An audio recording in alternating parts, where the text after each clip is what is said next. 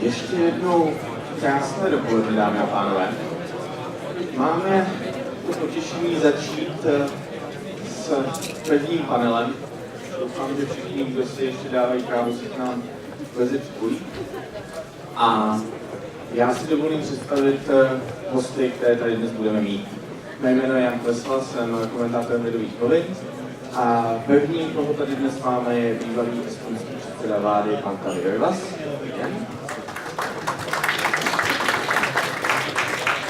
A poté tady máme čerstvě jmenovaného zmocněnce vlády pro IT a eGovernment, pana Vladimíra Dzurilla.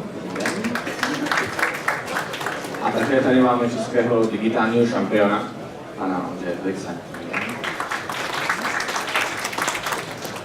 Na úvod poprosím našeho ctěného estonského hosta o pár základních, řekněme, tipů a pár základních rad, jak tedy by měl stát a vláda postupovat, abychom na tom byli alespoň tak dobře, jako jsou po Baltí. Well, thank you very much for the kind introduction. By no means I am here to tell you what you should be doing, but I can only give some hints of where the world is going and how the government of the Czech Republic, the government of Estonia, the Commission of the European Union and so forth can actually make progress happen. Now, I enjoyed very much the keynote speeches because I think both the Czechs and the Estonian in the panel or in the keynotes spoke about the same thing. And my takeaway is that it is quite clear that the digital revolution will happen. Furthermore, it's quite clear that it is happening. And just like it is no way an English queen could ever, 100 or 200 years ago, regulate herself away from giving a knitting machine a patent or trying to think that everybody will still, in 100 years, knit by hands, that today's progress is as inevitable to happen as it was back then when we experienced the first steam engines and so forth. So our life will be digital. Now the only question is whether Czech Republic and Estonia and European Union in general will be in the forefront, or will there be smaller countries that we are to do it before us. Of course, my wish is that both of our countries will be among the very first ones.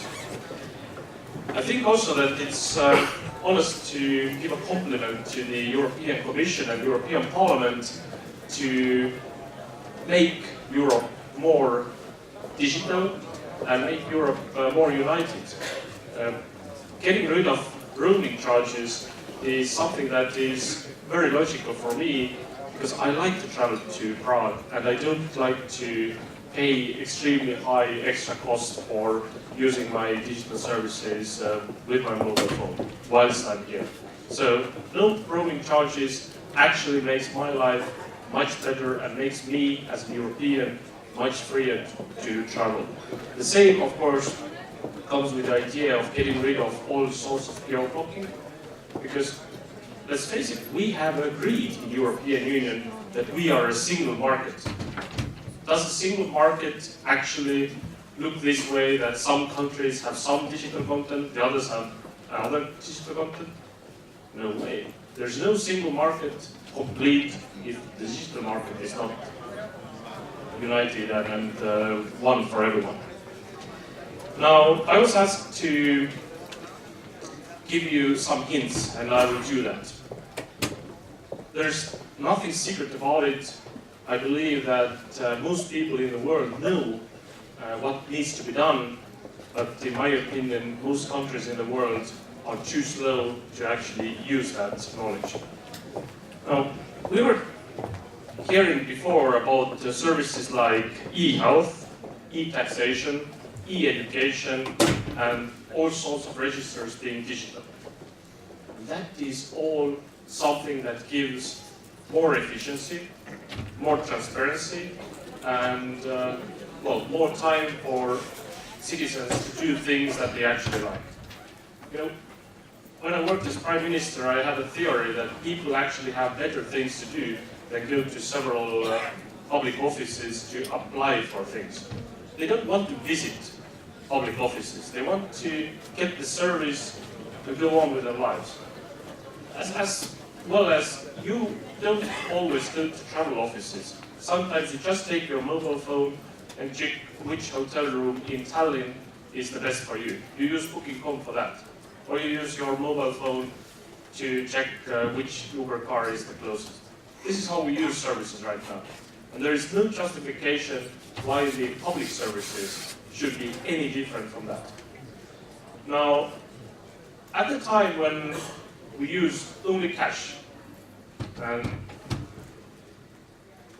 this was, for me personally, was only my childhood where cash was the only money we could use. That was because we were behind the Iron Curtain, and then the concept of credit card was not extremely popular back then in the part of the world where we lived in. But let's keep in mind that credit card was invented already 60 years ago. Now, later, credit card was the first enabler of a thing we call e-commerce, which practically means that in the time when we only had cash, we needed to meet up. I give you cash, you give me cucumbers, you give me whatever goods you must have. And this was the only way of effectively doing business, person to person.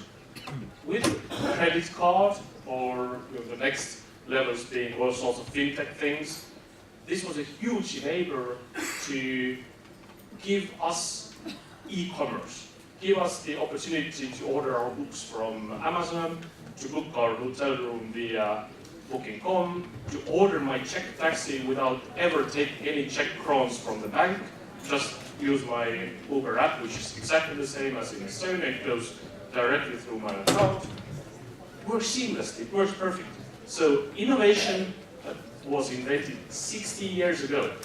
If I'm not mistaken, Diners Club was the first to do it in 1956. 60 years ago. This has given us portability in commerce. Now, what we are lacking in the world is the enabler for public services and giving you all the information you are entitled to safely and securely. Because for that, we still need ID. So what is the ID you use today? Passport. It's just like cash, because it's physical, it has lots of security features on it, but it's still something you need to show while you meet the civil servant, you meet the border guard, you meet the whoever you want to do any business with. Passport. Or it could be plastic ID, but it's still kind of physical thing that you need to show someone. Is this the enabler of doing business cross-border? Well, if you like to travel a lot, then it is. If you like to waste a lot of time coming from one place to another, okay. But in digital age, this is not the only way of identifying yourself. Some of the services have created their own passwords, like Facebook password enables you to get some services already.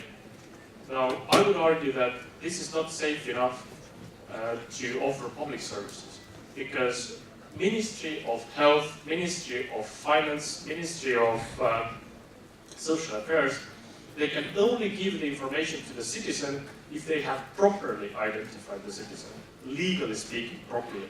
And Facebook password or whatever Google account is not legally your ID. And it's not safe enough, in my opinion. So what we did in the beginning of the century in Estonia was giving every Estonian digital ID, which means that you can identify yourself with a plastic card with a chip on it via internet. Not showing it to anyone.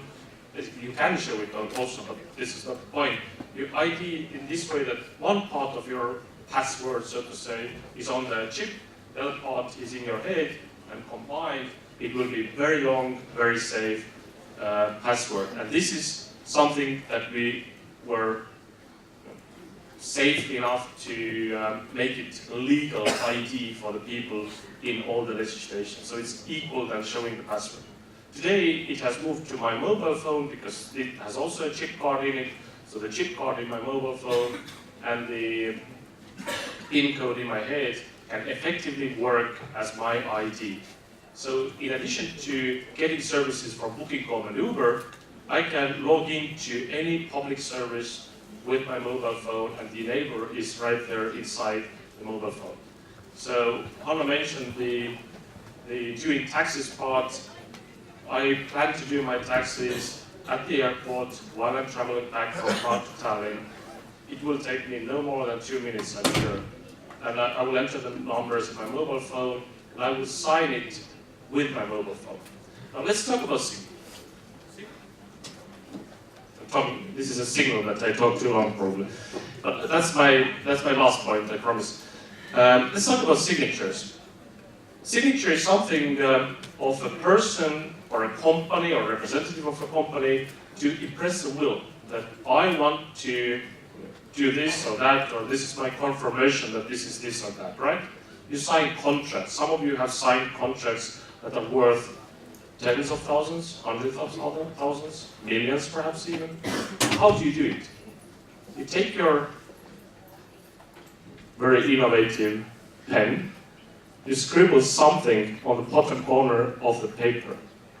And then you assume that if you get somebody else to do the same, that it was actually him who did it. Let me ask you one question. Who of you has ever seen my handwritten signature? None of you? There's actually have you seen? On Wikipedia? I don't know, there might be. I don't know if there is in Wikipedia, so there's one guy who has seen. But if it's in Wikipedia, somebody could print it out, can falsify it quite easily. So if you get a letter from me with a handwritten signature, please bear in mind that you just assume that it was me writing to you with this handwritten letter. And drop the mic. Now, if you really try to think that this is the way in the 21st century to sign documents in a safe and secure way, and digital is something that is, not so secure. Come on. This is secure, and the long encrypted key is not. Well, I don't think in 21st century this is the way how we should actually sign the documents or contracts. So my point is that we don't need to have a government that does all the innovation for us. Government needs to enable the creative mind of people and businesses. And the best enabler, in my opinion, is to give us the equivalent of credit card for our IDs and signature. Give us the cross-border opportunity. Cross-border also meaning that from one Czech city to another, from one Czech household in one part of Prague to another part, without physically showing your passport, without physically scribbling something. Just use your computing device, be it PC, be it iPhone, whatever, to sign things and to ID yourself. And if you have that in place, then both government and the private sector can do its best to provide all the possible services for you without the need to actually visit the public offices. And if you like to visit, probably you're still welcome to do so, but I think most of you have actually better things to do than visit the public offices to apply for things. So with that, I stop there. Well, thank you very much for your presentation. A já se vrátím zpět do češtiny. Ještě než začneme s diskuzí, dovolím si vaši pozornosti doporučit tuto brožurku, která tentokrát neobsahuje jen profily přednášejících a speakerů a také samozřejmě časový plán, ale především obsahuje 22 bodů, které by Institut pro politiku a společnost doporučoval během příštích let ke splnění, abychom tady měli Digitální Česko. Pro ty z vás, kteří byli na minulé konferenci, to nebude novinka, protože jsme se tady ptali jednoho z předchůdců digitálního koordinátora tehdejšího, co se stane do toho roka. až se tady znovu sejdeme. A on říká, no pravděpodobně vůbec nic. A nevydržel ve funkci dlouho. A co si budeme povídat, rok se s rokem sešel a my jsme si řekli, že by bylo hezké mít aspoň nějaké základní body. Také výběr panelu není úplně náhodný. Pan Rõivas to tady zmínil, patří mezi ně vzdělávání a sítě, což jsou nějaké základní podmínky pro to, abychom vůbec nějaké digitální Česko měli. A pak jsou tam dva velmi nadějné obory, ve kterých bychom mohli být dokonce i dobří, velmi dobří, to jsou finance a e-health. No, ale vrátíme se k tomu našemu eGovernmentu, což je věc, která jistě zajímá většinu z vás. Bavili jsme se tady o pasech. Já mám jinou kartičku, si ji tady najdu. To je, prosím, řidičský průkaz. Za zapomenutí téhle kartičky jsem minulý týden dostal pěknou pokutu, ještě musím na poštu a hotově ji zaplatit. A chci se zeptat, začnu pana Dzurilly, co se na tom do těch 4 let změní. Tak dobrý den ještě jednou. Pravděpodobně nic, budeme potřebovat, ale já to už nebudem sedět, takže to je pohodě. Pravděpodobně nic, protože momentálně Evropská unie stále vyžaduje, aby jsme drželi kartičku, ale snažíme se o to, aby jsme v České republice nepotřebovali tuto kartičku sebou, protože když jsme si ho zabudli, alebo není platná, tak to neznamená, že nám zaniká oprávnění vést motorové vozidlo. V současnosti je to plánované tak, a pan premiér o tom rozprával hodně často, že nechce stát fronty, sám si to zažil a podobně. Takže my pripravujeme momentálne celú sadu toho, čo je potreba urobiť, aby sa táto situácia zmenila, a je to od legislatívy, ktorá začína ministerstvom dopravy, je to po ministerstvu vnitra a pošty, aby řidičák v predstihu, to znamená, aby sme dostávali tie veci už napřímo aby sme vedeli, kedy nám řidičák končí, aby sme to dostávali do ruky, a aby sme si mohli vybrať napríklad checkpoint, ktorý stále zostáva komunikácii se státní správou, tak aby sme ho dostali už dopredu, aby sme dostali notifikace a podobné další věci. Takže snáď to už nebudeme muset nosit sebou. Já jenom jestli můžu. Řidičák je krásný příklad základního problému českého eGovernmentu. Když vás zastaví policejní hlídka a veme od vás doklady a odběhne do svého vozu, tak lustruje online váš občanský průkaz i řidičský průkaz. Čili ten řidičák by nemusel vůbec mít sebou, ten techničák je tam upřímně řečeno taky zbytečný, pak by mohl jít podle vinu. Čili online infrastruktura, na základě které se dá zkontrolovat oprávnění, že máte právo řídit motorové vozidlo, v České republice běžně každý den funguje. Když já jsem měnil teďka bydliště, trvalý pobyt, tak jsem si schválně kontroloval, kam mě pošlou a co všechno se stane v back-officeu veřejné správy, když Felix řekne, chci změnit bydliště a přestěhovám se z místa A do místa B.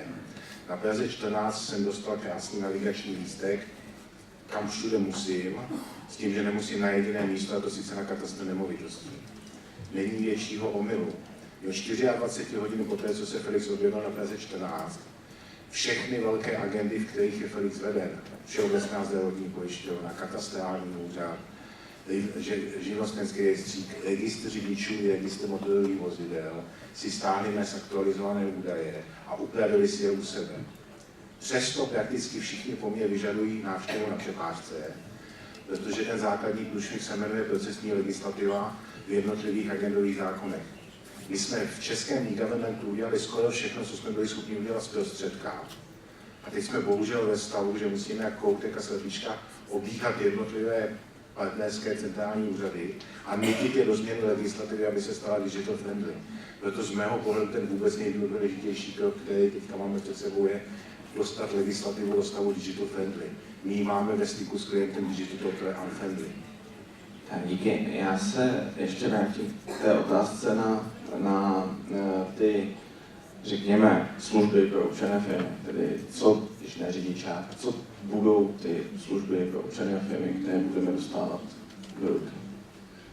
Jo, já ještě doplním, že vlastně jedna z těch priorit byla právě ta digitálně přívětivá legislativa, A v rámci Ervisu, ktorého včera sa status zmenil, tak takisto vníma, vlastne vzniká výbor pro digitálne přívětivou legislativu, který bude mať toto na starosti. Bude musieť identifikovať tie veci v zákonech, ktoré dneska už máme, aby se staly digitálne přívětivé.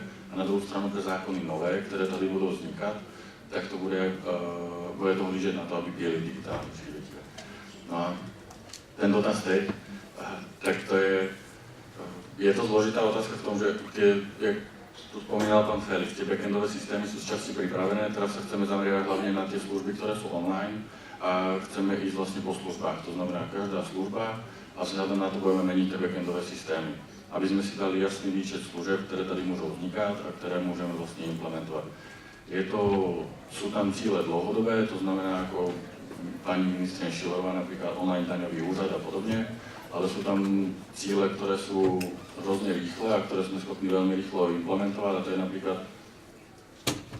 SMS-ka, aby sme dostali, keď nám končí řidičák, dostali SMS-ku. I to je online služba, ktorá vlastne dneska nefunguje, aby sme dostávali tie veci vlastne ako notifikácie.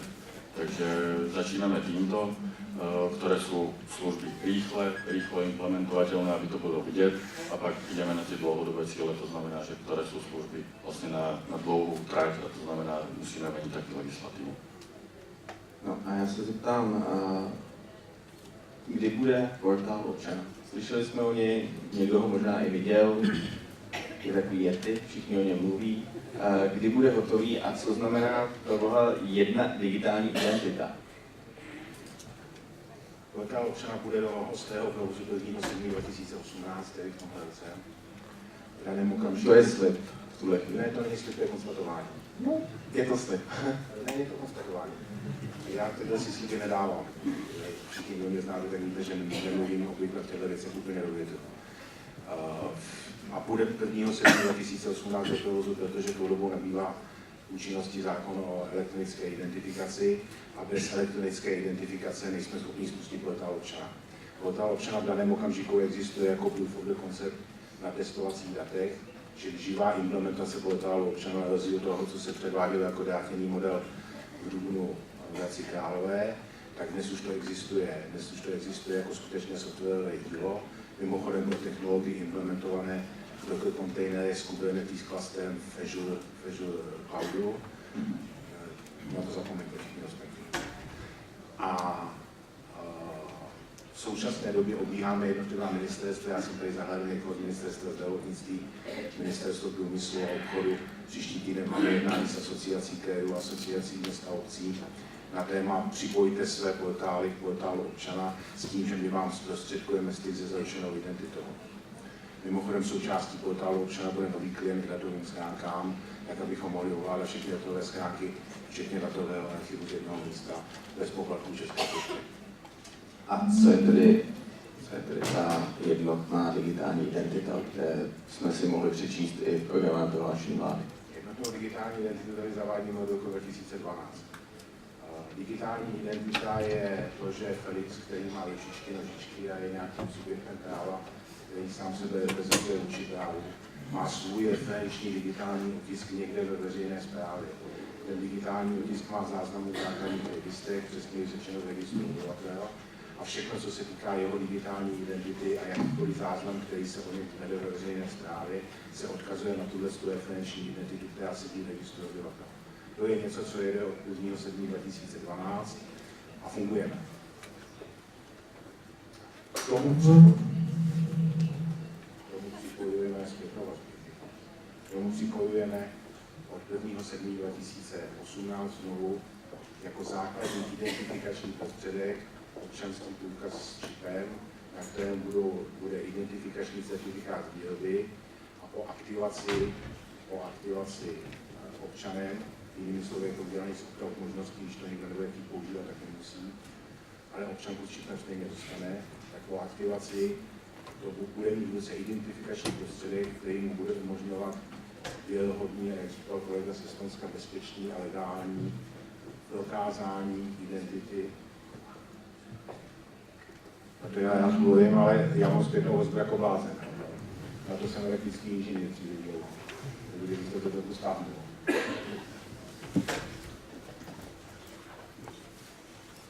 občanský průkaz,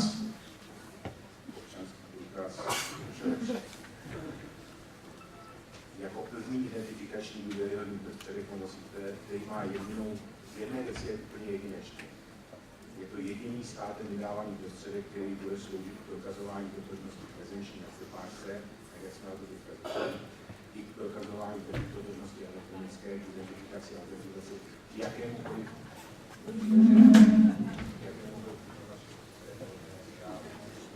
a první z těch informačních systémů veřejné správy bude portál občana.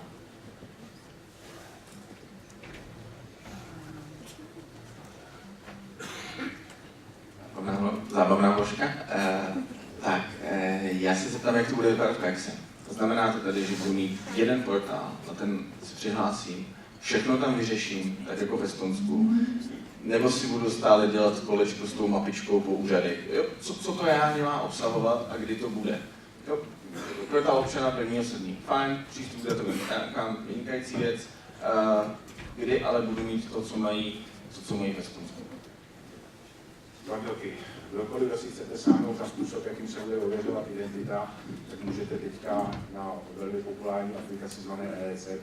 Když se chcete podívat na své vlastní lékové konto, tak si zřizujete elektronickou identitu způsobem, který se bude zacházet s elektronickou identitou i po 1. srpnu 2018. Takže ta část s identitou, tam v daném okamžiku jméno heslo SMS, ale celý proces okolo toho je už dneska v ověřovacím provozu. Mimochodem je to poprvé, já pamatuju, že ověřujeme nějakou zákonem danou funkcionalitu 6 měsíců v ověřovacím provozu. A portál občana nebude řešit všechny životní situace. Portál občana je zastřešující portál federace portálů.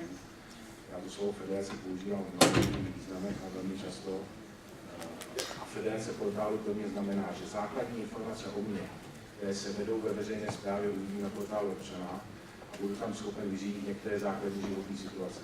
Na všechny ostatní základní situace, životní situace, to bude sloužit jako rozpřesní, který bude umět s mojí přiznanou identitou, se zaručenou identitou, předávat údaje o mé identitě do řešení jiných. Tohle v daném okamžiku máme pilotováno s Českou správou sociálního zabezpečení, pilotujeme to s krajem Vysočina a prostě celá idea v portálu občana je přikrýt, vytvořit jednu vstupní bránu, ke které se jednou prokážu a od té doby se pak ukazuje na jednotlivé dílčí služby ve veřejné správě. Takže pokud jde o tu občanku s čipem na čtečkou, bude existovat i nějaká, řekněme, trošku modernější varianta, než bych si musel domů pořizovat čtečku, protože to jsem měl v internetovém bankovnictví v roce 2004 a dneska už to do internetového bankovnictví nepotřebuju. Tak třeba biometrika, něco takového? Tohle necháváme na průmyslu. Celý zákon o elektronické identifikaci, tady jsme podle federace, je napsán tak, že na jedné straně sedí ti, kdo poskytují identifikační prostředky, a na druhé straně sedí ti, kdo poskytují služby, které se pomocí těch identifikačních prostředků dají čerpat. A v prostředku sedí něco, čemu jsme říkali národní identitní autorita, tomu říkáme národní identitní bod, který to propojuje dohromady. A v současné době pracuje 8-10 potenciálních poskytovatelů identifikačních prostředků na tom, aby do té federace připojili své identifikační prostředky. Jsou tam subjekty z komerce, tuhle konferenci, tady bude Česká spořitelná, jestli se nepletu. Jedna z nich dělá na tom moje ID, dělá na tom dalších několik subjektů. Takže prostě smysl je v tom, abychom občanku udělali jako jediný na prezenční a dálkové připojení a zbytek necháváme na průmyslu a na způsobu, jakým se průmysl bude prokazovat totožnost vůči svým vlastním systémům. Možnost je používat při příslušné certifikaci vůči systému veřejné správy. Díky. A já bych se chtěl ještě zeptat našeho estonského hosta, co byla taková ta průlomová služba u vás? Co byla ta jedna hlavní, ve které jste přesvědčili lidi, že to bude fungovat? A skutečně to začalo, skutečně i úředníci na té druhé straně si říkali, tak výborně, teď máme eGovernment, který funguje. Well, thank you. As I said, we did introduce the digital ID in the beginning of the century, and then we still had, the computers that had ports named VGA. That was before USB era, and then you needed to actually have a physical device attached to your computer, and then you could plug your card in. That was the best technology in 2002. Now today, much easier technology is to combine it with a SIM card that any one of you actually has already inside your mobile phone. So it is much more easy, you don't need any special devices, you don't need any VGA ports to plug into. But it would be wrong to say that every Estonian, well actually we made it mandatory, so every Estonian received the card and they received the PIN codes that go with it. But it would be wrong of me to say that every Estonian uploaded and started using it digitally from the day one. No, they didn't. At first, only the freaks that liked IT so much started using that. It was like 10,000 at first, and 20,000, 40,000. And then, I think it was between the years 2005 and 2006, when the banks, the commercial banks said, this state ID is much more secure than our code cards that used to be very popular back then. And that is actually cheaper for the banks to use the central state-provided ID than to have our own PIN calculators or code cards and stuff like that. So the bank said that if you want to transfer more than 200 euros, you need to use this state-provided ID. And everybody said, okay, I might want to transfer more than 200 euros, so let's better find the PIN codes from the drawer and start using that. Now, once you use that digital ID for internet banking, then you start thinking, okay, perhaps I should not go to the office of this tax authority or whatever other authority. I can easily use the ID card, the same ID card you use for banking, for logging in this service and then that service, and then it catches up. So, very easy way of showing that is, of course, the number of digital signatures given and digital logins done. But I can just give you one simple explanation. In 2005, when we first had the e-election, which means that over internet you could vote for the people in the local elections, there was only a few tens of thousands, like 30 or 40,000 people who voted electronically. Now, when we had it in 2015, the parliamentary elections, every third vote was casted this way. And if you were living in Prague, you could either go do the old school way and go to our embassy, which is very lovely building, central location, very nice. But you could also just log in, if you're a citizen, you log into your computer, do it electronically without ever leaving your home or office. And every third person used that. And the 2/3, they actually do have their electronic IDs as well, but they prefer the ceremony. And that's fine too. It's a very ceremonial thing to go to vote. You have your suit on, you take your children with you perhaps, you show how democracy works, you cast the ballot. We have all seen it in TV, it's great publicity for politicians to especially slowly cast the ballot and take all the photos from that. That's fine too. But most other services, people tend to prefer doing it electronically. I remember my first income declaration in the 90s. I needed to go and stand in line to submit it on paper. It was annoyingly boring. It was very slow. I had to stand in line. I had to go there in the first place. I had to look up all sorts of numbers and all sorts of information about myself that the government actually already knew, but they just wanted to make sure if I know it, where I live and what my social security number is and so forth. Now, for the last 15 years or so, I've done it electronically, and it's so much more convenient for me. And I think this is quite logical that people want to use electronic services. We all use Booking.com, or most of us use Booking.com already if we want to book our hotel room. Imagine if we could do the same when we book a doctor's visit. Okay, you might have your special doctor that you like so much that you only go to this doctor. But if you need an eye doctor, and you are willing to travel, let's say, 1 hour or 2 hours by car, and you could just like in booking.com see which doctor in the radius of 1 hour car drive is ready to see me first. And if your favorite doctor says that you need to wait for 3 months, but you can go just to another part of the city and see a doctor there immediately, then it's up to you to decide whether the best doctor is worth waiting 3 months, or you actually need your eyes to be checked right now when you need it.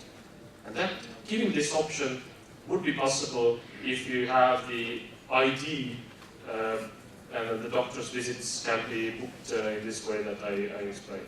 And doctor's visit is just one of many, many examples of either public or private services that could be taken to next level. May I have a question? Wow, actually I'm here to ask the questions, so I will ask you a question. A ta otázka bude znít velmi jednoduše. No, nechci se ptát, kdy na tom budeme jako v Estonsku, ale mě právě zajímá, jak se změní ten interface vůči občanům a firmám, aby to bylo tak stejně jednoduché a přívětivé, aby to lidé chtěli používat. Abych se teda nejdřív zeptal nově jmenovaného pana koordinátora a pak vás. Tak kdy se k tomu dostaneme? No, jak vzpomínal to pan Felix, ono to začíná už tím portálem občana, to znamená, že na jedné straně budeme mít portál občana, cez ktorý môžeme cez rôzne portály následne komunikovať, potom máme stále checkpointy, to znamená, ale digitálne dneska je za účelom, aby sme si mohli, jak vzpomínal pán kolega, vlastne všechno udelať z domova. To znamená za počítačom, aby tie služby boli dostupné a aby sme to mohli urobiť vlastne v pohodě domova. A kdy to bude? Je to tak ťažká otázka. Začína to tým, že když si vezmete programové prohlášení vlády, ktoré je napsané, tak tam je každý rezort. Jednak řeší se samostatně digitalizace, to znamená, co je potřeba udělat v rámci toho, aby ti digitální služby nabehly. Druhá je každý úrad, alebo každý rezort vytipoval už základné služby, ktoré sú typu e-health a ďalšie samozrejme z dopravy, elektronická, dálniční známka a tak dále, ktoré vlastne chcú dodávať v rámci svojich kompetencí, ktoré majú. Potom sú tie průrezové služby, ktoré máme, to znamená napríklad řidičák. To je pošta, vnitro, doprava, legislatíva a tak dále. Takže chceme identifikovať tie jednotlivé služby, aby sme to nebrali úplne plošne, že dneska e-health a bude to za 2 roky, za 3 roky. Chceme fakt v tom prísť a identifikovať služby a dodávať to postupne ako služby koordinovane, aby tam nevznikali duplicity a tak dále. Tak teď otázka pana Felixe. Startujeme 1. 7. 2018. Startujeme s jednou věcí, která většina z vás asi nezaregistrovala, která se dostala do legislativy v platnosti taky od toho data.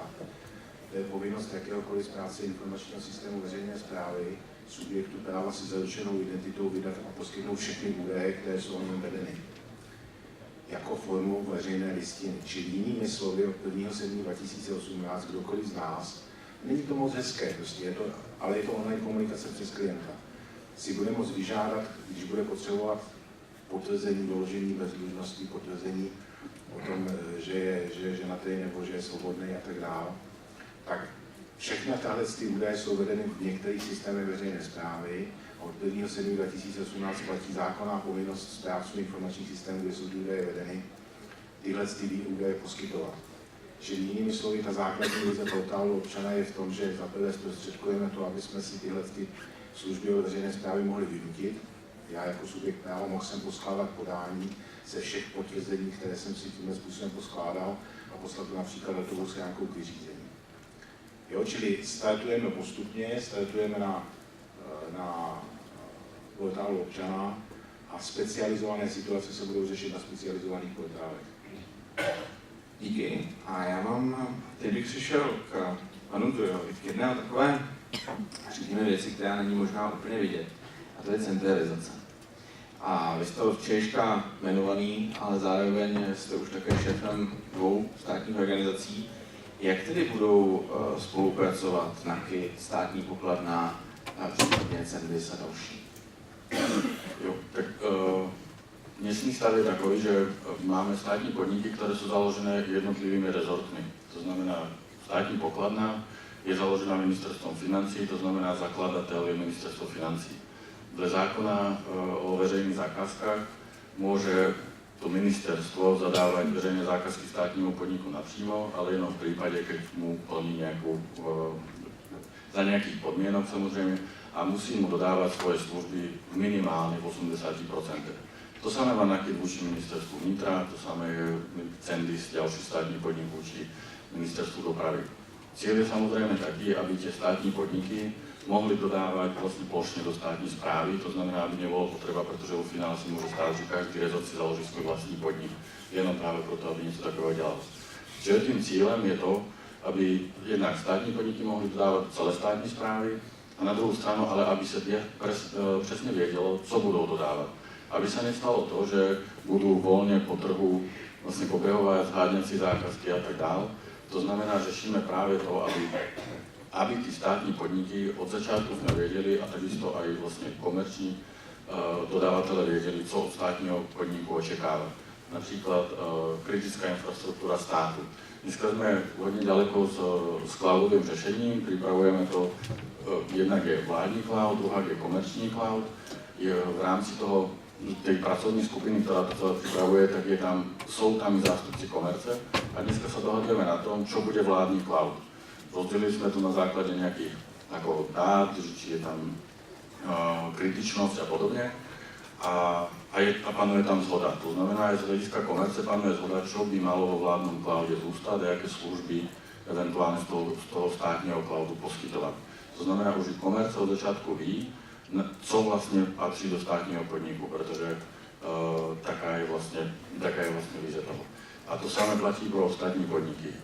Máme nakyd, sa stará hlavne o komunikačnú infraštruktúru a kritickú komunikačnú infraštruktúru, ktorá probíha medzi policajti a tak dále. Takže z toho zase vyplýva, že niektoré veci určite zostanú rukou štátu, ktoré si bude štát zabezpečovať sám, ale chceme to robiť tak, aby komercia o tom vedela. Znamená, co bude zabezpečovať ten státny podnik.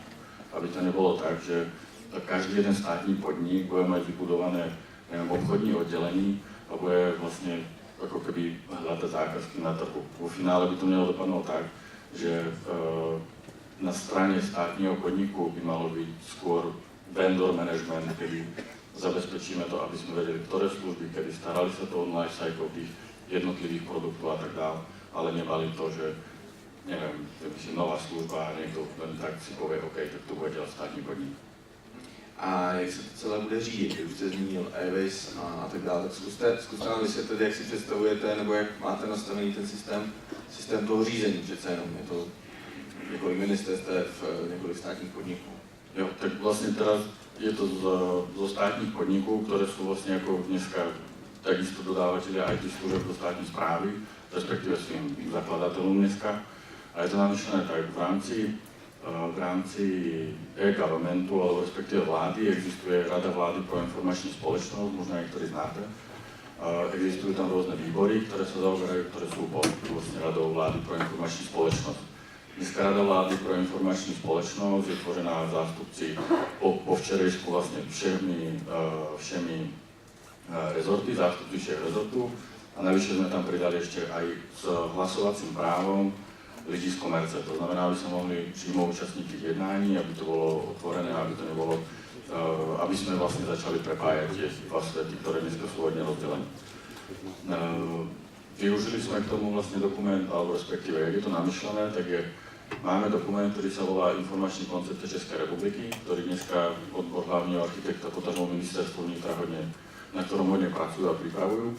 A je to dokument, ktorý řeší hlavne modelovanie enterprise architektúry a všetky tie veci, o ktorých je výborne rozprávať pán Felix.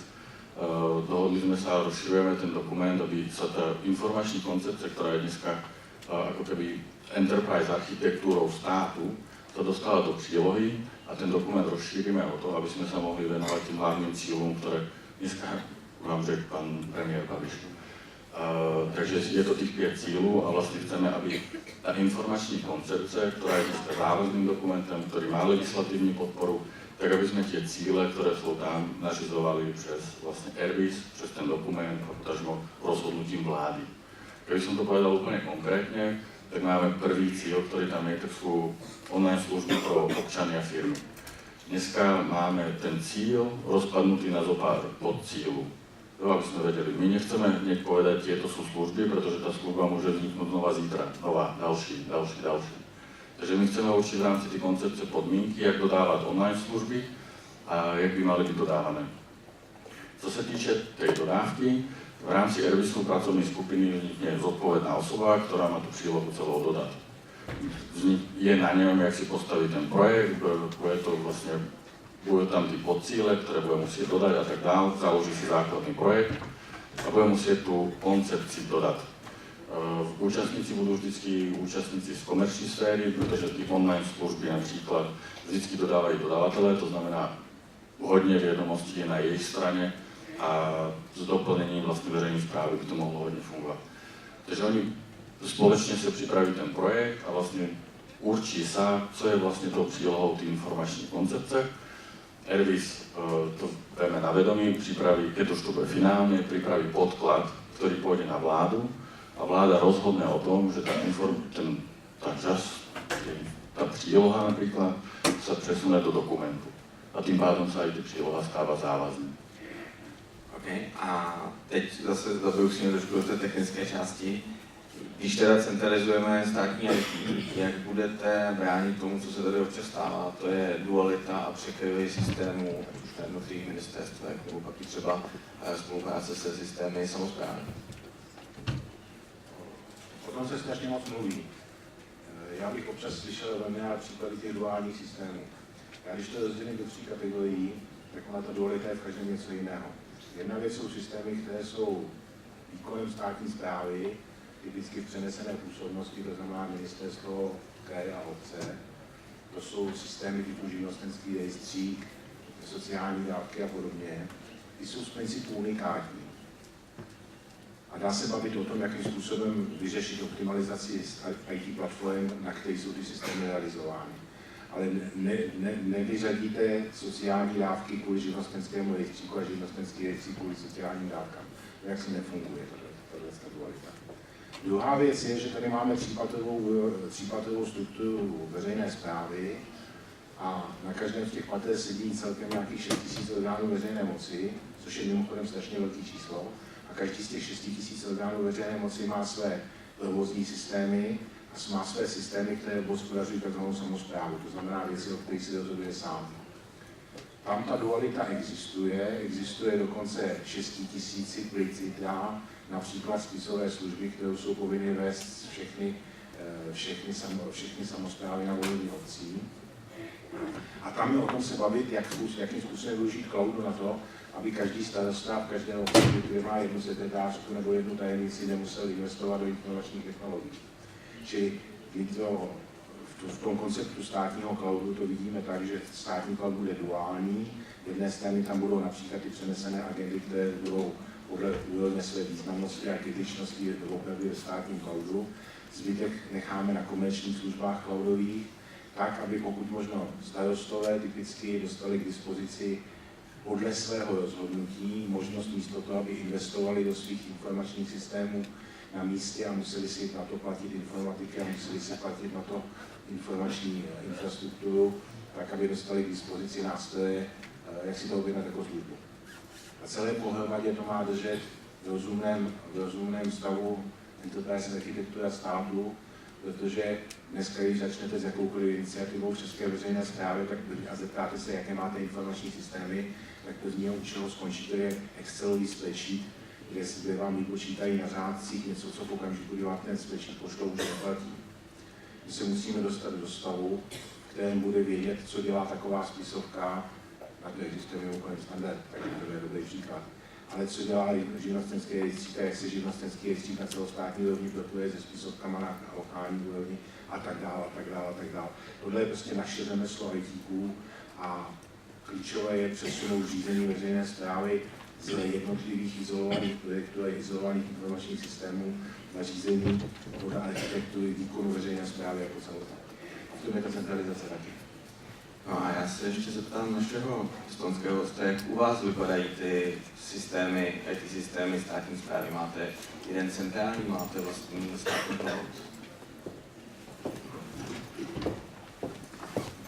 Well, that's a very good question. Actually, the only thing that we have centralized is the window to the services, which means that there is one single ID that is verification to enter to the service, and then there is mid layer, so to say. We call it the X-road or crossroad, where you don't need to connect. If you, like in the tax authority, build your own information system, you don't need to build the links to all others, let's say population register where you get the address, or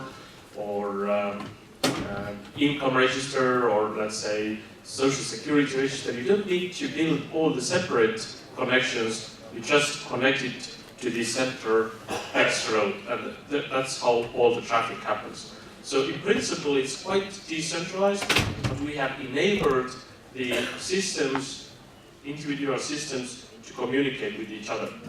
There is no single point and no single person in Estonia who can see all of the citizens' data. It's not possible.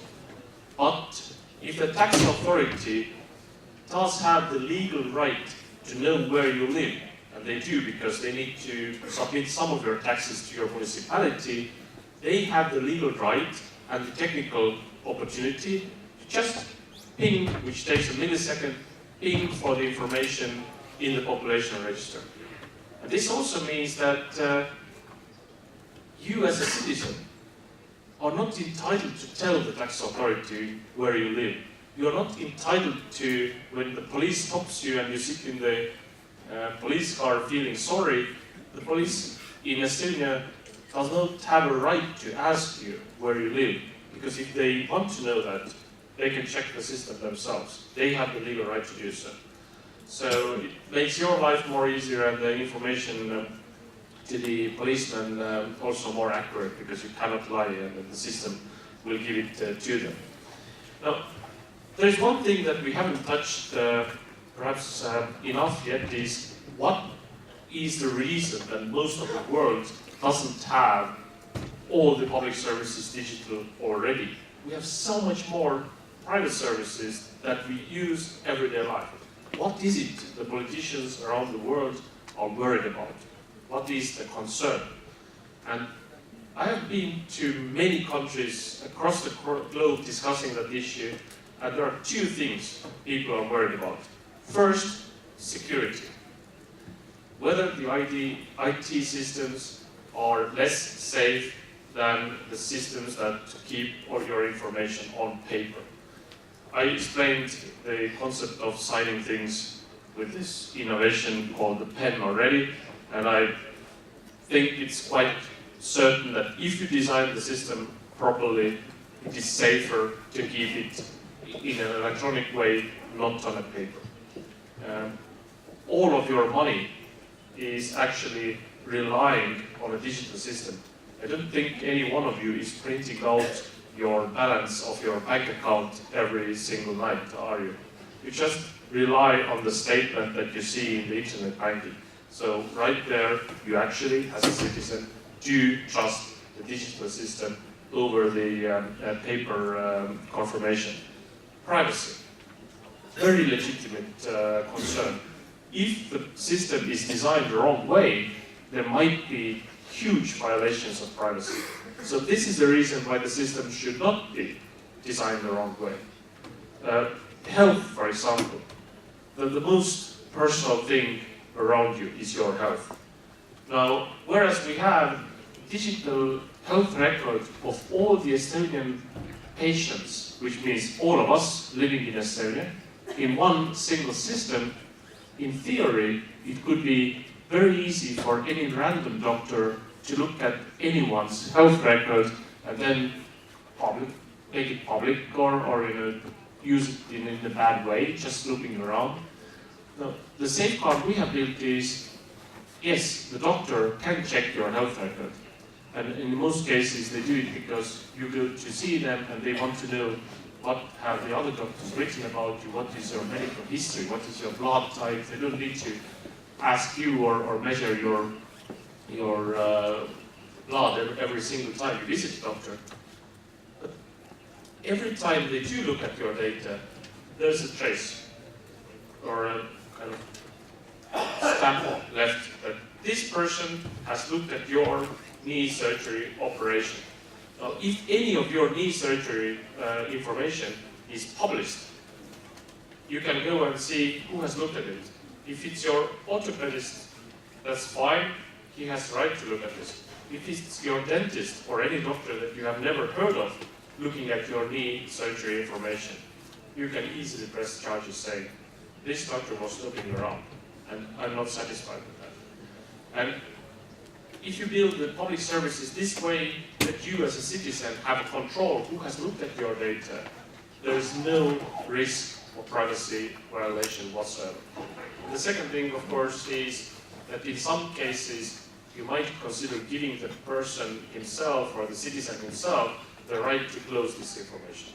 If there's something about your health that you consider to be too private, and you don't even want your family practitioner to see it, just with one click, close.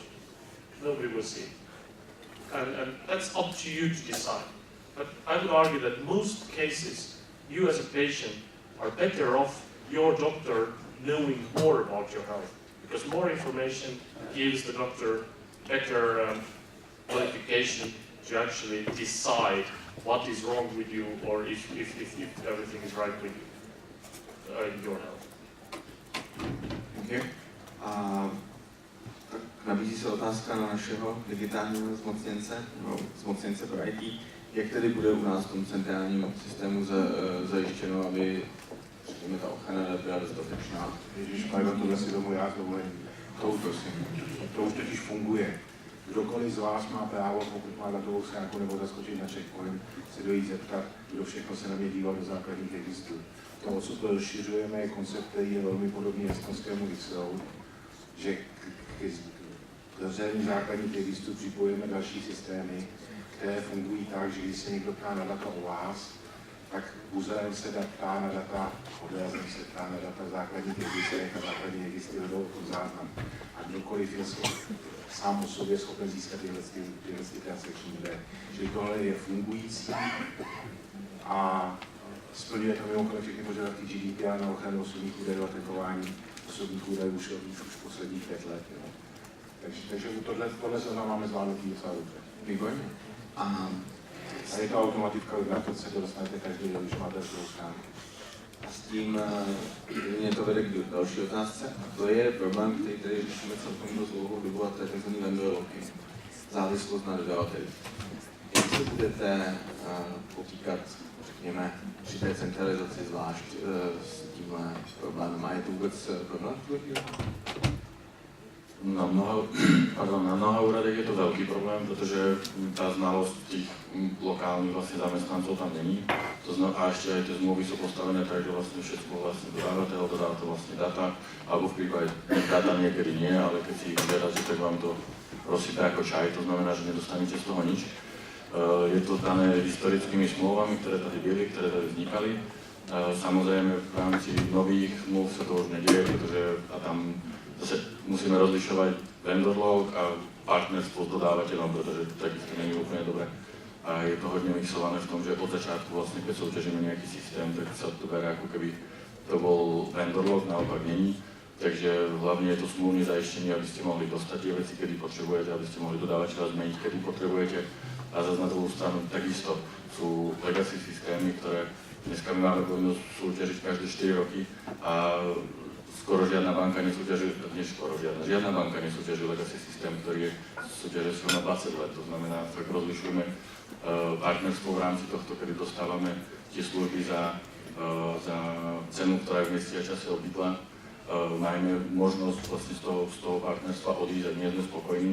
Máme mať alternatívy, to znamená, že nech je to standardný software, ktorý bude to, ja neviem, nech je to JavaScript alebo čo nechcem do toho menovať, ale aby sme mali možnosť stále sa z toho dostať. Takže to je a ďalšia vec, ktorej vlastne k tomu hodne pomôže cloudové služby, kedy vlastne tí užívateľia si budú môcť nakupovať vlastne z katalógu služieb tú cieľenú službu, ktorú oni potrebujú, a to už či už z toho komerčního vládního cloudu. Takže to sú ty projekty, ktoré řešíme. Teď jste zmínili ten problém lidí, to znamená, že to třeba nemají dostatečnou paměť nebo znalost. Jak se budete potýkat s touhle otázkou? To znamená, komisařka Rõivas tady zmínila, že jsme 5 milionů lidí, tak nevím, kolik chybí vám, ale asi to bude taky pěkné číslo, jak s tím letím budete nakládat? Jo, tak veľmi obtížne samozrejme, tak ako všetci, pretože pracovná není kto by pracoval. Na to môj veľmi dobrý kamarát hovorí, že co by sme čekali, 2% lidí, ktorí pracujú, si mysleli, že nikdy pracovať nebudú. Takže rozmýšľa sa nad rôznymi, a to už predstavilo aj Ministerstvo sociálnych vecí, ktorí to majú v gestii a tak dále, rôzne programy, aby sa tí ľudia dostali do státní správy. Na druhou stranu ja si myslím, že hodne ľudí by bolo schopný pracovať alebo chceli by pracovať v státní správe, ak uvidia, že sa tam dejú zaujímavé projekty, pretože keď si zoberiete, čo všechno je pred nami v rámci digitalizácie, tak v banke, a teraz to nemyslím špatne, ale v rámci státní správy je obrovské množstvo príležitostí, ktoré tam sú z hľadiska implementace, z hľadiska toho, jakých projektov byť, jakých veľkých projektov byť angažovaný. Takže súvisí to hodne aj s tým, takže jednak je to určite prácou, kedy sa uvidí, že tie projekty dávajú zmysel, že to posúvajú, sú to tie technológie a potom samozrejme tie veci, ktoré každý z nás řešíme. No, s tím ještě souvisí jedna věc, že jste zmínil sám tu digital friendly legislativu, nebo digital first legislativu, a kdo ji bude psát, protože kolik najdete tady právníků, kteří se v tom vyznají, kteří jsou aspoň trochu elektrotechnici nebo aspoň trošku ajťáci, kdo to bude dělat? Jo, tak pod RVISom, jak som spomínal, pod radou vlády vzniká stály výbor pro digitálnu přívěkovou legislativu a sú tam jak interní právníci vlastne z rôznych rezortov a státní správy, sú tam takisto externí právníci, ktorí dneska ako hodne IT rozumejú, a sú to takisto aj IT ľudia, ktorí rozumejú zase IT a procesom, to znamená, malo by tam vzniknúť tá kombinácia toho celku. No. Ešte keď môžem, tak vlastne tá samotná realizácia je vždycky na tých daných rezortoch. Ono to nie je, aby tí ľudia prišli a napsali celú legislatívu. Oni sú schopní dneska, a vidíme to napríklad na řidičácích, ktoré už sú celé pripravené k tomu, aby sa to odovzdalo ako celé. To znamená, tohle je potřeba udělat v legislatíve, tohle v IT a sme schopní to dodať. Takže v tých stávajúcich je to hodne jednoduchšie v úvodzovkách, pretože na základe tej služby dokážeme otvoriť tú legislatívu a z těch nových budou součástí připomínkového řízení. Vy jste tady zmínil problém řešení lidí, legislativy, centralizace IT, spustíme portál. Nechci říkat, že už jsme to někdy slyšeli, ale už jsme to od českého státu, takže od vás párkrát minulosti slyšeli. Co se teď změnilo, nebo co je ten rozdíl, že teď to tedy skutečně bude fungovat, když to budeme si za ten rok, 2, 3, 4, tak budeme mít ten funkční eGovernment. Tak pozrite sa po svojej pravej ruke, sedíte tu s bývalým premiérom, vlastne predsedom vlády Estonska, a pozrite sa, koľko o tom vie. To znamená, ja si myslím, že estonská vláda tomu dala prioritu, dávala tomu prioritu, a myslím, že to, čo sa zmenilo, tak je to, že sa to dostalo do programového prehlášení, myslím, že 3. alebo 4. miesto. V rámci toho, kedy bola dôviera, tak sa to dostalo hneď po európskej vlastne činnosti, ktorú chce vláda vyvíjať. Takže myslím si, že to je ten důraz toho, ktorý na to dneska kladie vláda, to znamená predseda vlády, a takisto vlastne dneska z hľadiska kompetenčného zákona je to ministerstvo vnitra, to znamená pán minister Metnar. Obidvaja sa komitli a hovoria, že je pre nich digitalizácia toho, čo chcú robiť.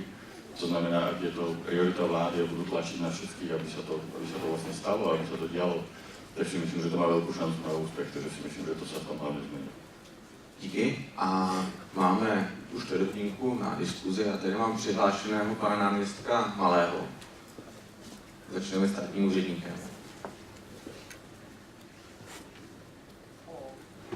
Možná teď začneme.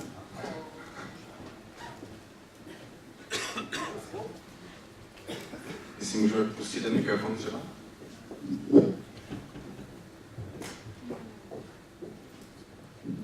Takže díky.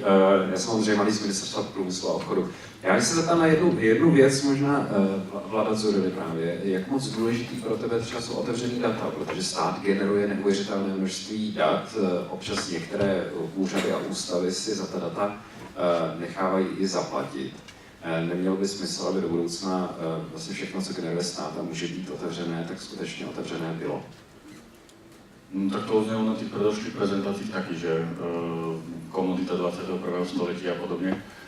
Určite vznikajú rôzne projekty na otevřené data, takisto na Ministerstve financií a ďal, ale čo je ešte ďalší prístup, ktorý dneska řešíme, je ten, že štát vlastne má postavený systém, cez ktorý odevzdá data a vlastne nemusí potom už ani vybudovať ďalšiu aplikáciu, pretože tú aplikáciu oni sa postará vlastne komerce.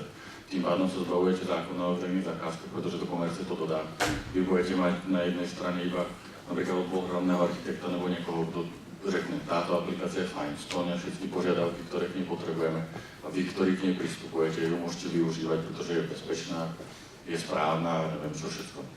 Takže tak, ak si zoberiete telefón, ktorý každý máme, tak vlastne stát by mal byť v jednoduchosti platforma a na druhú stranu tie aplikácie môžu vznikať úplne v komercii aj integrovať sa vzhľadom na tie už portál veřejné správy a tak dále. Takže open data určitě. Díky, mám tady řadu přihlášených, vezmu to postupně. Pan Miroslav Lukeš, Mastercardu. Dobré poledne, Miroslav Lukeš, Mastercard. Mě zaujaly dvě věci. Jednak Estonsku se podařilo vlastně postupně přimět lidi používat digitální služby. Zatímco Češi mají takovou špatnou vlastnost vylévat vaničky s dítětem a dobré věci se tady ničí řekněme, novináře, teďka samozřejmě nemyslím někoho konkrétního. Tak jakým způsobem vlastně spopularizovat digitální věci a digitalizovat se tak, aby to lidi přijímali, aby to používali. Vidíme mnoho příkladů e-recepty, kdy dobré věci vlastně jsou ničeny a odsouvány. A druhá otázka směřuje na spolupráci s komerční sférou, s privátní sférou, protože tady to několikrát zaznělo. A chtěl bych se ptat českých zástupců, kde konkrétně vidí příležitosti pro spolupráci komerční sféry s tou veřejnou oblastí IT. A dám tady příklad třeba ze Slovenska, kde konkrétně my za Mastercard spolupracujeme přímo s panem vicepremiérem a jeho ministerstvem na zavádění digitálních věcí. A upřímně řečeno, ta spolupráce je pro nás v uvozovkách pohodlná, protože máme jeden bod, se kterým mluvíme, zatímco v Česku se nám nikoho takového zatím nepodařilo najít. A ten zájem je skutečně takový nekomerční, protože věříme tomu, že můžeme nabídnout veřejnému sektoru, který nemá IT odborníky, nemá samozřejmě díky velikosti České republiky na vývoj, řekněme, kryptografických technologií, špičkové úrovni a tak dále. Čili ten zájem nevždycky je komerční, ale nedaří se nám úplně najít ten správný protipol, jako se to podařilo třeba na Slovensku. On the first part, maybe a question for our guest. So, thank you very much. Well, first point is investing in ICT is paying off greatly. I would encourage every decision maker in every government everywhere in the world to see ICT investments not like a cost, but as saving a lot of money later on. It will be functioning this way that you will need much less people, which might sound very unpopular at some point, but these are usually very simple jobs that is like entering the data from one computer or from one paper to this computer. This is the people who can actually do better off with new kinds of jobs later on. And these jobs will not be there anyways, so keeping them for longer and longer is just kind of postponing the progress. Now, the question being about how to make the services attractive. I think many of the private services are role models. Why we use those private services? Because they make our life easier. And you mentioned the digital prescription. If I'm a patient, I do not need to have any digital skills to benefit from digital prescription. My doctor or the nurse of the doctor has to enter the prescription to the computer, and the pharmacist in the pharmacy has to look my name up in the computer. I, as a patient, don't need to touch the computer myself, and I already benefit from the digital service, so I don't need to have any special skills. Now, I mentioned the credit card, as you are from Mastercard. I mentioned the credit card as a huge enabler, but I would give some hints or tips as just a customer who uses payments a lot to a credit card company as well. It's not only the private or public sector needs to innovate more. I think there is a clear need for many of us to have international bank accounts. I don't want to have separate accounts in Czech Republic, in Belgium, in Estonia. I think there is a room to have an account that functions globally. Now, let's talk about paying from one person to another person. If even in Estonia, not all the transactions work in real time, not even within the country. Now, if I want to transfer some money from Estonia to someone in Czech Republic, is it fast? No. Is it cheap? Definitely not. So, is there room for innovation and market disruption? Clearly there is. I think that it's very important that either the credit card companies innovate also, just like the new functionality of paying with just a contact, great thing, or there is much more things that need to be done, or otherwise that we will see market disruption with all sorts of fintechs allowing us to pay using our cell phones or whatever devices we use in 5 or 10 years. There is a constant need for innovation to make our life easier and also us spending less on things. I think that applies to both public and private sector. Thank you. Ten druhý dotaz zkusím. Ja vlastne ten dotaz bol spolupráce s privátnym sektorem, tak je to, jak som hovoril, je tam už v rámci aj predsedníctva Ervisu vznikajú miesta, ktoré budú s hlasovacím právom, pretože tam o niektorých veciach sa, alebo respektíve všetkom sa hlasuje vo finále, pretože to ide skrz do vlády. A sú tam miesta, kedy budú môcť zástupci komerce vlastne pristúpiť takisto k tomu. Druhá sú tie pracovné skupiny, ktoré vzniknú. Tam je takisto uvažované, je proste stav taký, že chceme, aby tam bola komerce. To znamená, že chceme, aby tí, ktorí majú know-how o tom, či už o základných registroch alebo o všetkom tomu, kde pracovné skupiny budú, aby sa týchto projektov účastnili. A aby ste o tom vedeli, tak je to v rámci Ervisu pripravujeme web, vlastne, ktorý by mal o týchto iniciatívach hovoriť, to znamená, čo sa řeší, čo potrebujeme vyriešiť, jak to chceme, aby sa to otvorilo, aby sa to transparentnilo hodne, aby sa mohli zase na druhú stranu, aby z toho nebol folklór, ale aby sme zase si mohli nejakým spôsobom pomáhať. Mne sa hodne páčilo, keď Obama vyhlásil, vlastne on mal takú iniciatívu, kedy hovoril, že we need your help. To znamená, on vyzval všetky vlastne v Amerike, aby we need your help, to znamená, potrebujeme, kto máte čo povedať, jak by sme mali tie služby zlepšiť, jak by sme to mali urobiť, čokoľvek, čo k tomu máte, tak príďte a povedzte. A my chceme vytvoriť takú platformu, kedy k tomu bude, že we need your help, pretože my si uvedomujeme, že tie znalosti sú na strane dodávateľov, ktorí spústu vecí už riešili pred nami. To znamená, nevymýšľajme vlastne kolo, nevymýšľajme to zlatou cestou, ktorá je najlepšia. To znamená, odbúrajme to, že iba to, čo bolo vynajdené vlastne v štátnej správe, je super. Naopak, podľa mňa je strašne dôležité to, aby sme to dodali. Nie to, aby sme prišli a povedali, vzniklo to na tom a tom úrade. Je dôležité, aby sa povedalo, že sme to dodali. Tak, díky moc. Mám tady dáme spolu dámy, která se hlásí už asi hodinu v první řadě.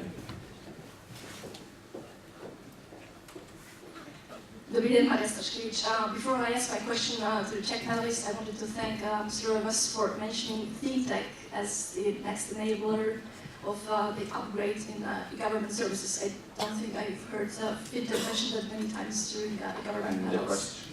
And the question, otázka je na pana Dzurillu, pana Felixe.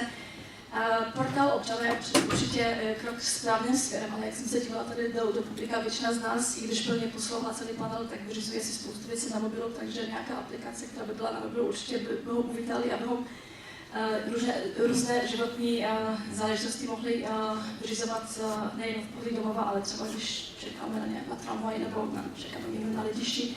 Ale otázky dvě jsou trošku jiné. První, jestli ten portál občana bude umožňovat platby online, jestli z toho tak vznikne jakýsi e-shop pro služby veřejnosti. Druhá otázka je, kdy budeme moci na všech úřadech, na všech částech veřejné správy platit bezhotovostně. Já bych měl na to jednoduchou odpověď na pana kolegu z Mastercard. zařiďte nám, aby místní daně a poplatky se platily bez komise vystavovatelům KR, implementujeme to příští týden. Ten základní problém je zase legislativní. Prostě když má někdo napsáno v zákonném předpise, že inkasuje 50 Kč za stránku, tak mu do příjmu musí přijít 50 Kč a ne 48,50. My bychom chtěli univerzální platební dáno součástí portálu občana a čekáme na standard bankovní asociace s PSD 2, já si to zkrátku vždycky pletu. Protože portál občana by v tom okamžiku fungoval s jakýmkoliv fintechovským dodavatelem, který mi umožní do koncového klienta říct, já chci zaplatit tomuhle subjektu x peněz. Abychom dělali centrální zúčtovací bod na portálu občana, co v žádném případě nechceme. A druhá poznámka, začínáme s portálem, který je z definice vyvíjený tak, aby byl použitelný i na chytrých telefonech. Zatím tam nedáváme specializované mobilní aplikace, protože způsob, jakým se zachází s identitou podle zařízení eIDAS, vyžaduje webovský browser. Takže je tam technologický důvod, proč začínáme s identitou podle eIDASu, s přehazováním mezi webovským browserem a nikoliv mobilními aplikacemi. Takže já si tu pokutu za zapomnětí říct, jak budu zaplatit složenku na poštu. Ne, zaplatíte si je z mobilu přes aplikaci, která se jmenuje webovský browser. Portál občana. Až od prvního sedmí, to už bych asi... Tak to, pardon, to by dopočovali rychle, jinak na sobě máte správný řízení. Tak, no a ještě jedni z prvních, co se hlásí, byli tamhle kolegové z České spořitelny. Chápu, že se vás hlásí hodně, ale musím držet aspoň first come, first serve. Michal Skudepa, Česká spořitelna. I have a question for our Estonian guest. We hear that finally things are changing here in this country, but still it looks like we have 10-15 years delay after you. I think it's the similar case in many other countries in Europe. So have you been able to find some simple explanation for this quite substantial delay? How come that you were able to run, in front of all the others by a wide margin? I mean, it's not 3-5 years; it's 15 years or more. Is it because your country is small, or because maybe you are close to Russia, so your nation felt more need to cooperate, to trust each other, to trust the government?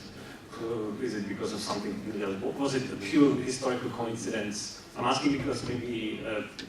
If you find something, we can learn from you and make things run even faster. Thank you. Well, I think it is to a great deal to do with political will and leadership, and less with technology.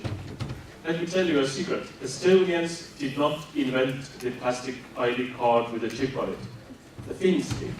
Finland was the first country ever to introduce the digital ID. The only difference between Estonia and Finland was in Estonia we pushed more to start using that. We had a lot of help from the private sector because the banks and telcos understood immediately that once you have this digital ID for all the people, it will be a huge enabler. And the commercial banks that were back then still owned by Estonian businessmen, that was the early time of being an independent country, or rather early time of being an independent country. There was a lot of experimentation, lots of willingness to risk, and that paid off tremendously. Now, today we still see a lot of companies that have this startup mentality and who are not afraid to risk. They go crazy in taking risks, and sometimes they pay off hugely. I think government cannot risk as much as the startups do, but governments and politicians should be willing to take some risks at those places where you actually see how huge the benefit is. It is normal for people to be afraid. What about digital being different than we are used to? This is normal. We are used to signing things like that. But if you explain to people that signing things like that is not the safest way, having the paper in some cellar or some public authority does not mean that there is no potential violation of your privacy, because somebody can sneak into this cellar and look at this paper. So let's instead design a proper digital system with all the advantages, with all the risks taken care of, designing it this way that if somebody makes a violation, you as a citizen will know about it, you as a citizen can do something about it. I have no doubt whatsoever that all of our data, all of our information, all of our services, except, there's one service in Estonia that cannot be digitized, that's getting married. But still, you need to show up for that, and this, because it's considered to be so risky transaction that you need to be there physically.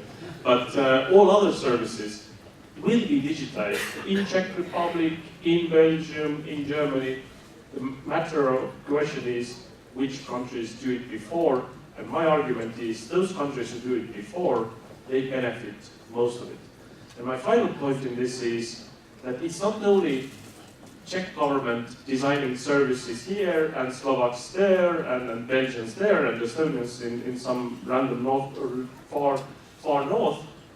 It's also how we can make it a single environment, so that if an Estonian travels to Czech Republic, he can get access to his digital prescription in the Czech pharmacy. And if a Czech goes to Costa del Sol to spend the summer there, he can just get the digital services of the Czech Republic in Spain as well. That would be a huge thing to achieve, and then we can say that we have a single European Union room where we all can feel European. Thank you. So your advice is basically to push, and push. There is a need to push, but there are so clear benefits that once you get the first proper services out there that people start enjoying, they start demanding for more. I would be lying if I said that all the services that can be there are already there in Estonia. No way. We are still just kind of scratching the top of the iceberg in terms of potential. There's so many more things that can be done. And the difficult thing is that if you are touching the grounds where nobody has been before, if you are trying to innovate, then it's, of course, only limited by your imagination, and it's more difficult. But I think we are all now already at the stage where we can share the best practices. You can learn from Estonia by introducing the digital ID, because it really works in Estonia. Estonians can learn from the people in Dubai to see how much easier is it to design the systems working as apps.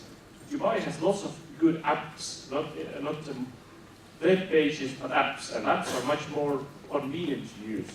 Singapore is introducing a great deal of things, including electronic passages through the border control. Not all border controls have it yet, but they have tested it already. Let's learn from Singapore as well. Let's learn from Korea, who has great things. Israel. Israel is one of the most digital nations. Let's look what they have done properly and either copy it or do it even better. So if we use each other's experience, I don't see any limitation on where we can go, and we should be more open to the technological progress, because this will happen with or without us. If we don't want it to happen, it will happen elsewhere. I don't see any reason why it wouldn't be wanted to happen. Thank you. A já si ještě dovolím přeját otázku na Vladimíru s tím, jestli my opravdu jsme těch 15 let za Estonskem víc, míň, a pokud ano, tak jak je drženo? Ja, malá reakcia, doporučujem aj rozvod. Keď máte manželstvo, aj rozvod, aby sa vám každá hádka nekončila službou.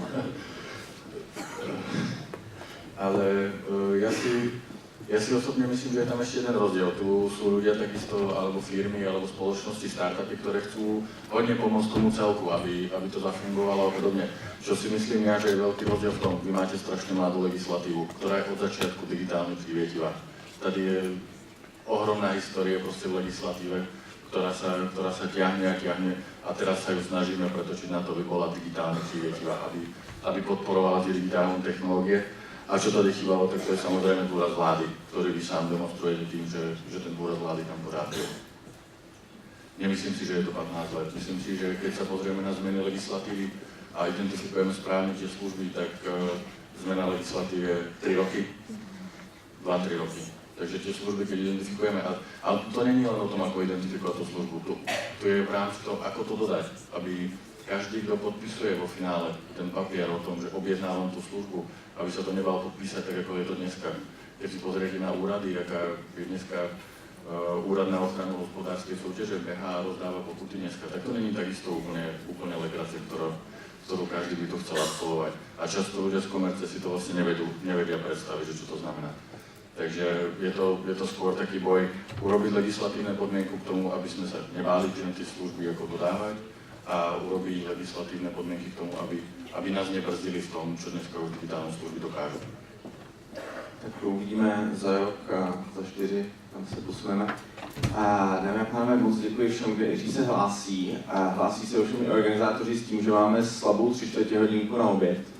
A ještě vám mám teď sdělit, že venku čekají vozy Tesla, které vás sice asi nikam neodvezou, ale jsou jinak plně k dispozici. Pevně věřím, že pražská infrastruktura není v takovém stavu ještě, abychom museli letět na Mars. Nicméně další, co je ale zcela vážně míněno, po obědě, to znamená už v 1 hodinu, se sejdeme tady v panelu o vzdělávání, tam bude zmíněný Izrael, a již zmíněné taktéž PSD2 a otevřené bankovnictví a další věci, co se týkají financí, nás čekají v sále Tower.